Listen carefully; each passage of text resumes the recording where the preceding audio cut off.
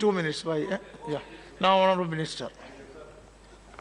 First of all, I would like to make a statement regarding demand for grant. Then I will give full reply of each honorable member of Parliament. The budget of Ministry of Coal for 2012-13, as reflected in the demand for grants, consists of gross budgetary support in the form of plan outlays of rupees 450 crore and non-plan outlay of rupees 48.35 crore. The plan outlays are mainly meant for funding 6 central schemes for activities such as research and development with a budget of rupees 14.40 crores, promotional drilling of about 1.11 lakh meters with a budget of rupees 68 crores, detailed drilling of about 1.7 lakh meters with a budget of rupees 135 crores, partial reimbursement of the cost incurred by coal companies on first, conservation and safety of coal mines, second, development of transport infrastructure, and for the payment of central share for the master plan for control of fire and for rehabilitation of people in dangerous areas in Raniganj and Jharia coalfield areas. The last 3 mentioned schemes are provided GBS by Government of India against the collections by Government of India from stowing excise duty levied at the rate of rupees 10 per ton of domestic production of coal. The outlays of the scheme of promotional drilling, detailed drilling, and conservation and safety in coal mines include rupees 31 crore for tribal sub-plan. Apart from above gross budgetary support from Government of India, the 3 public sector undertaking, that is Coal India Limited, Neyveli Lignite Corporation and Singareni Coal Company Limited, proposed to invest rupees 9,182.78 crores for their development activities in their companies out of their internal and extra budgetary resources. Coal India has also set apart rupees 5,500 crore as an ad hoc provision for acquisition and development of assets abroad. Sir, मैं माननीय सदस्यों के चिंताओं का जवाब देना चाहूँगा। सबसे पहले तो मैं आभार व्यक्त करता हूँ श्री रामचंद्र कुंटिया जी का, जिन्होंने अपनी स्पीच के माध्यम से मिनिस्ट्री की आलोचना भी की है, मिनिस्ट्री के कार्यों की समालोचना भी की है और मिनिस्ट्री को कुछ अच्छे सजेशंस भी दिए हैं। मैं उनको विश्वास दिलाता हूं कि उनके द्वारा दिए हुए सजेशंस और उनके द्वारा दी हुई राय को आने वाले समय में मिनिस्ट्री ऑफ कोल काफ़ी तरजीह देगी और ख़ास तौर से कोल इंडिया की वर्किंग में काफ़ी सुधार लाने का प्रयास किया जाएगा। हमारे दूसरे मित्र श्री, हमारे नाम से मिलता जुलता इनका नाम है श्री प्रकाश जावड़ेकर, उन्होंने काफ़ी धारदार तरीके से मिनिस्ट्री ऑफ कोल के कार्यों की आलोचना की है। मैं चाहता था कुछ सजेशंस भी देते, लेकिन सजेशंस उन्होंने नहीं दिए ज़्यादा, जितनी आलोचना की उतने सजेशंस नहीं दिए।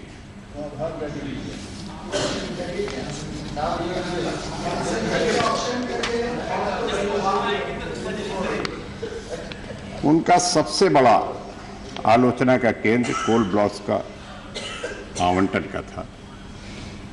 मुझे कहने की आवश्यकता नहीं है कि 1993 से जितनी भी सरकारें आईं, हमारे देश में कोयले की कमी को देखते हुए, फ्यूचर में पावर के रिक्वायरमेंट को देखते हुए, कोल इंडिया की परफॉर्मेंस को देखते हुए, कोल इंडिया के प्रोडक्शन को देखते हुए प्राइवेट सेक्टर को कोल ब्लॉक्स का आवंटन शुरू किया, जिससे कि देश के कोयले की आपूर्ति, देश में ऊर्जा की आपूर्ति में कोई व्यवधान न उत्पन्न हो और आने वाले समय में ज़्यादा से ज़्यादा कोल को पैदा किया जा सके।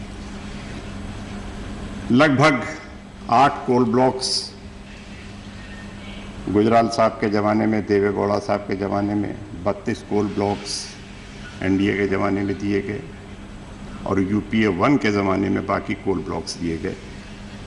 इनके सब के पीछे मकसद केवल यही था कि कोल इंडिया के साथ साथ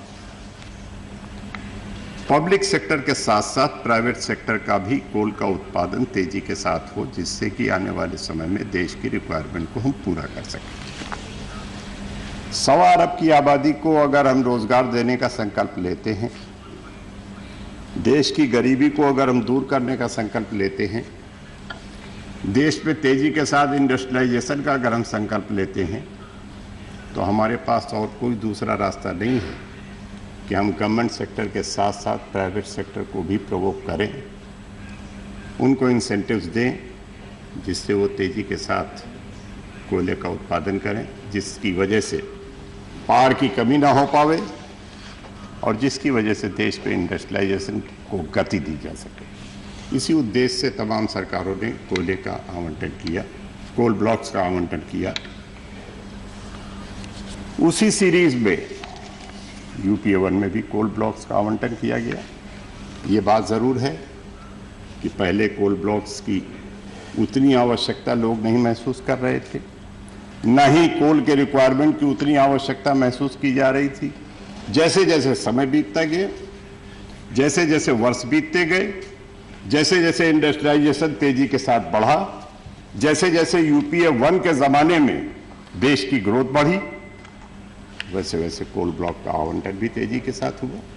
लेकिन ये नहीं कहा जा सकता है कि कोई ज़बरदस्ती कोल ब्लॉक्स का आवंटन किसी स्कैम के तहत किया गया।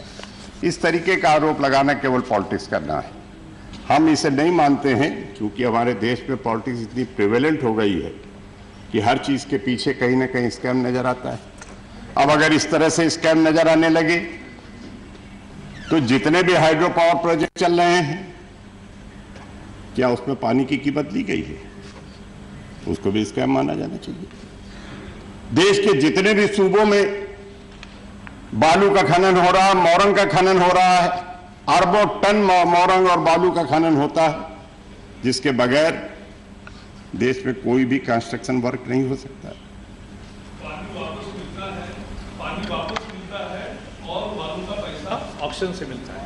बालू और मोरंग का जितना भी खनन हो रहा है, ये कहीं पर भी यूं ही लैंड अलॉट कर दी जाती है। सारी राज्य सरकारों की बात कर रहा हूं मैं, कोई एक राज्य सरकार की बात नहीं कर रहा हूं।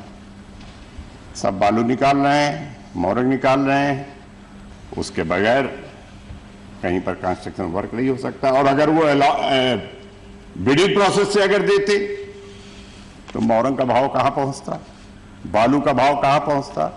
आपको तो मालूम है कि 1/5 ही सीमेंट का खर्च होता है, बाकी 4 हिस्सा 5 हिस्सा तो केवल मोरंग और बालू ही कंस्ट्रक्शन वर्क में खर्च होता है। तो ये कहना कि स्कैम है, मैं नहीं समझता हूं कि इसकी कोई कहने की आवश्यकता है। जो प्रोसेस 1993 से चल रहा था वही चलता रहा। हाँ, 2006 में ये डिसीजन लिया गया इन प्रिंसिपल कि कोल ब्लॉक्स की डिमांड बहुत तेजी के साथ बढ़ रही है, इसलिए इसका बिडिंग प्रोसेस से इसका अलॉटमेंट किया जाए। आप अच्छी तरह जानते हैं कि हमारे देश में डेमोक्रेसी है। आज अगर कोई डिसीजन होता है तो कोई ऐसा तो है नहीं कि कोई प्राइवेट सेक्टर हो कि 6 महीने के अंदर फिर बिडिंग प्रोसेस शुरू हो जाए या साल भर के अंदर बिडिंग प्रोसेस शुरू हो जाए। लंबी प्रक्रिया से गुजरना पड़ता है डेमोक्रेसी में। आज तक 2006 में डिसीजन लिया गया, आज 2012 है, 6 साल हो गया बिडिंग प्रोसेस से अलॉटमेंट शुरू नहीं हुआ। कारण है कि हर चीज की एक प्रक्रिया सारी राज्य सरकारों से कंसेंट ली गई, बरसों लग गए राज्य सरकारों की कंसेंट लेने में। ट्रेड यूनियंस को राजी करने की कोशिश की गई, बरसों लग गए ट्रेड यूनियन को राजी करने में। राज्यसभा में बिल इंट्रोड्यूस किया गया, स्टैंडिंग कमेटी में जाएगा ही जाएगा, बरसों लग गए। स्टैंडिंग कमेटी से अप्रूव होने के बाद फिर चुनाव आ गया, फिर चुनाव के बाद प्रक्रिया को आगे बढ़ाया गया। लोकसभा और राज्यसभा से बिल पास होने के बाद बिल पास हो गया, एक्ट बन गया, उसके बाद भी 2 साल लग रहे हैं, ब्लॉक्स का आइडेंटिफिकेशन हो रहा है। तो इन सारी प्रक्रियाओं में 5 साल 6 साल तक देश की ग्रोथ को रोका नहीं जा सकता था जावड़ेकर जी, न ही देश के इंडस्ट्रियलाइजेशन को रोका जा सकता था। अगर ये करके कि डिमांड ज्यादा है, हमको बिडिंग प्रोसेस से देने हैं ब्लॉक्स, सारा काम ठप्प कर दिया जाए, उत्पादन बंद कर दिया जाए, कोयले का उत्पादन न बढ़ाया जाए, इंडस्ट्रियलाइजेशन को रोक दिया जाए, यह संभव नहीं हो सकता था। आज की तारीख पर कहना बहुत आसान है, हम कुछ भी कह सकते हैं, लेकिन सच्चाई यह है कि काम भी नहीं रुकना चाहिए था, कोयले का उत्पादन भी नहीं रुकना चाहिए था, और बिडिंग प्रोसेस की ओर लगातार कदम बढ़ाते रहना चाहिए था। मैं ऐसा मानता हूं और मैं उम्मीद करता हूं कि अगर जावड़ेकर जी राजनीति से ऊपर उठकर सोचेंगे तो आप भी यही जवाब देंगे और आप भी हमारे जवाब से संतुष्ट होंगे। 2 चीजें और कही जावड़ेकर जी ने,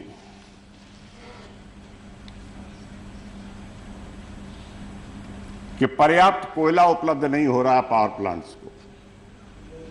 पर्याप्त की कोई सीमा नहीं है। आज तक देश का कोई भी पावर प्लांट कोयले की कमी की वजह से बंद नहीं हुआ है।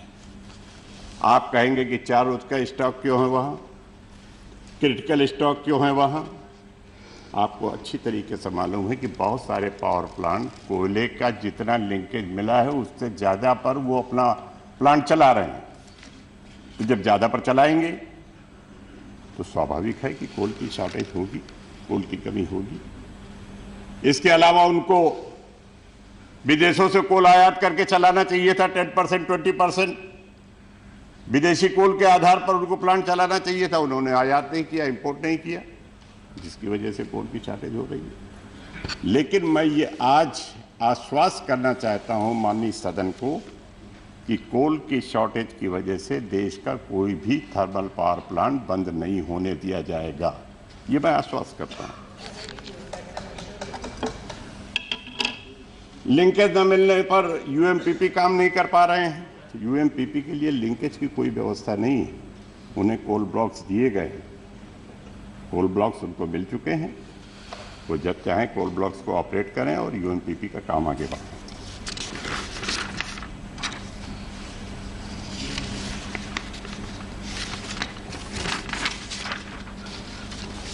संजय राउत जी ने कहा है कि कोल ब्लॉक्स का लास्ट रिव्यू कब हुआ, रिव्यू क्यों नहीं किया गया, क्यों नहीं नोटिसें जारी की गई, क्यों नहीं उनके खिलाफ कार्रवाई की गई। 54 कोल ब्लॉक्स को डीएलोकेट किया गया है, शोकाज नोटिस दी गई हैं 54 कोल ब्लॉक्स को, 58 कोल ब्लॉक्स को एडवाइजरीज दी गई है, 32 कोल ब्लॉक्स को वार्निंग दी गई है। जो कुछ भी किया जा सकता है, अगर आप ये कहें कि सारे कोल ब्लॉक्स का आवंटन रद्द कर दीजिए, ये संभव नहीं है। लेकिन जिन लोगों ने जानबूझकर देरी की है, देखा यह गया है, मैंने अच्छी तरीके से अपने अधिकारियों से कह दिया था कि जिन्होंने नोइंगली की है कि हम कोल ब्लॉक्स को प्रॉपर्टी की तरह ले रहे हैं, उनके खिलाफ सख्त से सख्त कार्रवाई की जाए। और 26 कोल ब्लॉक्स जो रद्द किए गए वो भी इसी उद्देश्य से, जिनको ये देखा गया कि इन्होंने जानबूझकर कोल ब्लॉक्स पे प्रोडक्शन नहीं शुरू किया, उनके कोल ब्लॉक्स को रद्द किया गया है। बाकी को एडवाइजरीज दी गई हैं, शोकाज नोटिसेस दी गई हैं। प्रयास ये किया गया है कि ज्यादा से ज्यादा उन कोल ब्लॉक से कोयले का उत्पादन किया जा सके। हमारे माननीय सदस्य ने, वेस्ट बंगाल के सदस्य ने रॉयल्टी के बारे में आवाज उठाई है। The matter of collecting cess in addition to royalty is referred to a 9 जज बेंच ऑफ सुप्रीम कोर्ट। जब तक सुप्रीम कोर्ट में मामला है तब तक हम माननीय सदस्य कुछ नहीं कर सकते हैं। सुप्रीम कोर्ट का जजमेंट आने के बाद जो भी उचित होगा वो फैसला किया जाएगा। जैसा सुप्रीम कोर्ट का जजमेंट आएगा अकॉर्डिंगली हम लोग फैसला करेंगे।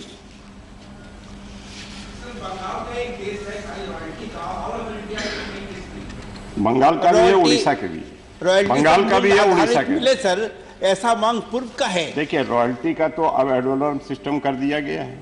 14% रॉयल्टी एड वैलोरम कर दी गई है, तो अब उसमें किसी को भी कोई कंप्लेंट की गुंजाइश नहीं है। आपको मालूम होगा अभी 15 रोज पहले ही कैबिनेट ने अप्रूव किया है, वो लागू हो जाएगी जल्दी।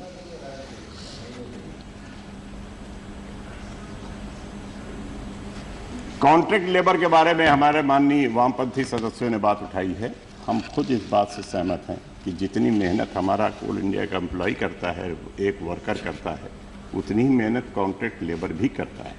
इस संबंध में एक हाई पावर कमेटी हमने बैठाई है। वो हाई पावर कमेटी की जो रिकमेंडेशंस आ जाएंगी, अकॉर्डिंगली हम लोग डिसीजन लेंगे।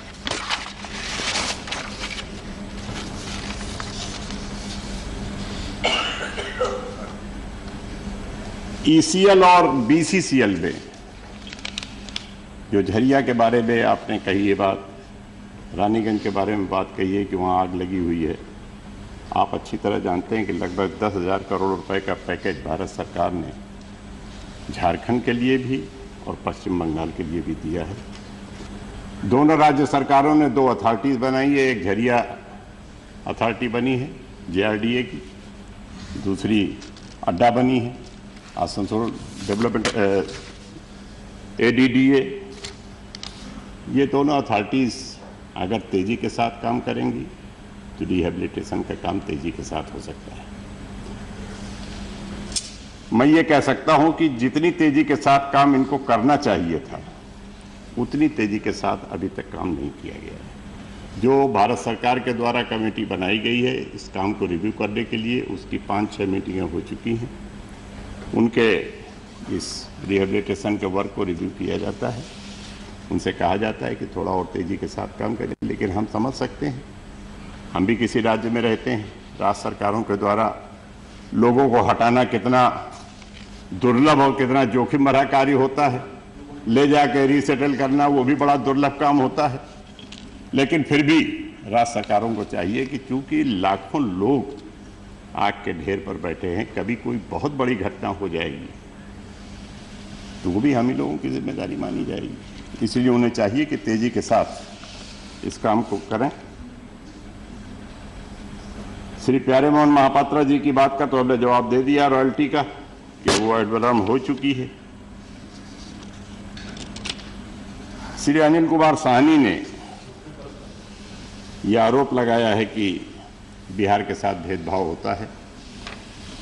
सर, मैं आपके माध्यम से उन्हें बताना चाहता हूं कि हमारी सरकार के लिए देश के सारे सूबे एक से हैं। बिहार जिस तरीके से लिंकेज की मांग करता है, जब से उनके पावर प्लांट्स के लिए रिकमेंडेशंस हमारे पास पावर मिनिस्ट्री से आई है, तब से 1 किलो का लिंकेज देश के किसी भी राज्य को नहीं दिया गया है।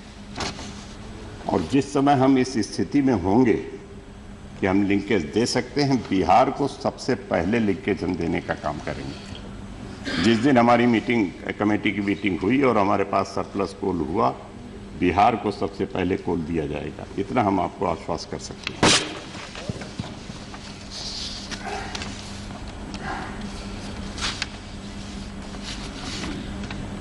वीपी सिंह साहब ने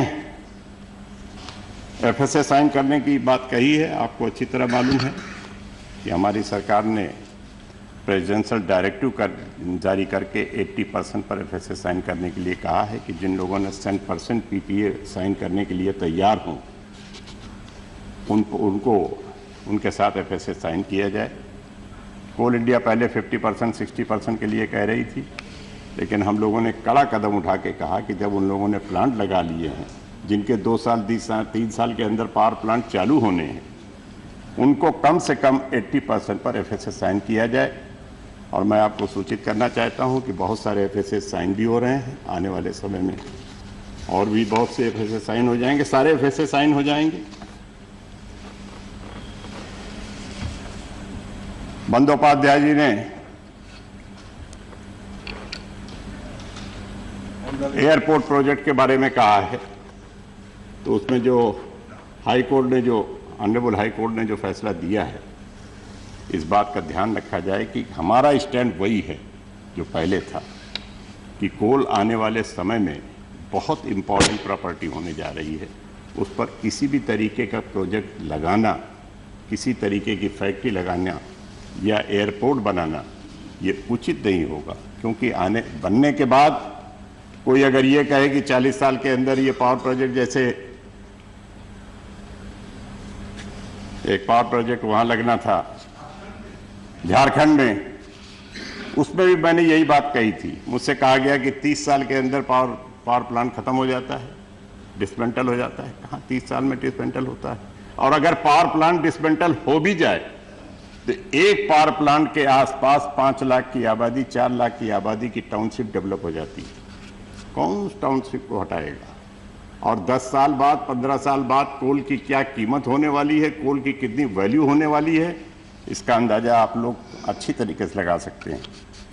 इसलिए कहीं पर भी कोल प्रॉपर्टी के ऊपर किसी तरीके का कंस्ट्रक्शन या कोई प्लांट लगाना, कोई परियोजना लगाना, ये ना तो देश हित में है और न ही राज्य के हित में है। मैं इन्हीं शब्दों के साथ सब आपको आश्वस्त करता हूं। एक बात है सर, आपके CMD sir, excuse me, all India affidavit लेके बोला था कि हमें कोई इतराज नहीं है अगर ये बशर्ते कि इन नॉर्म्स का पालन किया जाए। मैं उम्मीद करता हूं कि पश्चिम बंगाल सरकार इन नॉर्म्स का पालन करेगी। करने के साथ एयरपोर्ट, मंत्री जी, करने के साथ आप एयरपोर्ट बनाइए। नहीं हो रहा है, बरसों से हो रहा है। ओके मंत्री जी, मानव सोए हुए थे। एक्सक्यूज मी सर, विस्थापन क्या हुआ सर? सोए हो लेकिन अब तो जागे हैं। सर मंत्री जी, विस्थापन क्या हुआ? आपके सर सीएमडी भुगतान नहीं करते हैं, गरीबों का जमीन ले लिया उसका। और सर हमारा मुख्यालय सर झारखंड को दीजिए, कोयला का मुख्यालय झारखंड को दीजिए, नहीं तो जॉन तो दीजिए। इस पर आप सर कुछ बोले नहीं। ओके हमारे पश्चिम बंगाल के साथियों से परमिशन ले लीजिए। ओके नहीं, हम तो जॉन मांग रहे हैं सर, मुख्यालय नहीं दीजिए, जॉन तो दीजिए हमको। Please.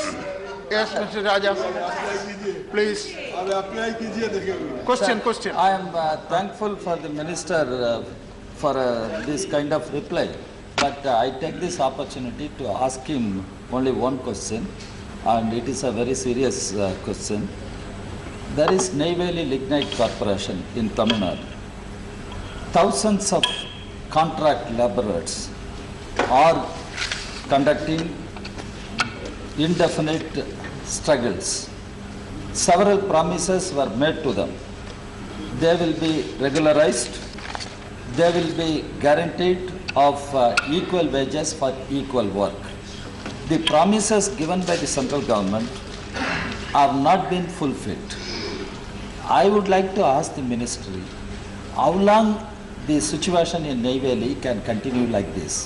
Because Neyveli produces lignite, Neyveli has the thermal plant, it is part of the national grid, and the state of Tamil Nadu is having very huge scarcity of electricity, and this kind of struggles will affect the production and generation of electricity. And I would urge upon the government, you please fulfill your own promises and regularize those thousands of workers and see that they get equal wages for equal work. What is the response of the ministry? Yes, put a question only.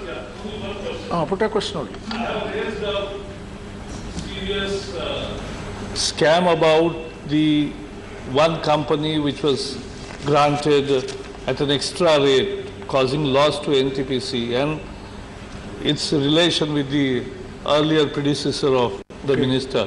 So, will he inquire into the charges leveled and will he inquire into the... Yes, Mahapatra ji. Honorable Minister answered the question about percentage royalty. Didn't answer the question I raised regarding linking the royalty rate to ad valorem against e-auction price, which is the market price. That's all. अन्य प्रकाश जावड़ेकर जी sir, अन्य माननीय sir ये discussion तो है नहीं, हम सबके प्रश्नों का कहाँ तक जवाब देंगे? रॉयल्टी के बारे में हमने आपको एश्योर किया है कि अब तो एडवर्टाइजमेंट हो गई है, इसमें कोई प्रॉब्लम नहीं होनी है। जावड़ेकर माननीय अनेक माननीय सदस्यों ने जस्ट क्वेश्चन। हाँ, एक महत्वपूर्ण मुद्दा उठाया था कि जिन राज्यों को कोयले का आवंटन होता है और उन राज्यों में कोयले की खदानें हैं, उनको बाहर से दिया जाता है, जबकि वहीं से देंगे तो वो ज्यादा सुलभ होगा, सस्ता होगा। तो ऐसी व्यवस्था करेंगे क्या? सर, इस संबंध में Minister has tried to make a virtue out of the allocation of only coal question. mines. His own report says only 23 million tons have been mined. His own report says that. So where is the industrial growth affected by 23 million tons? Sir, मैं सभी माननीय सदस्यों ने जो issue raise किया है, जो question raise किया है, मैं इनके सबके विस्तार में जवाब बनाकर आपके पास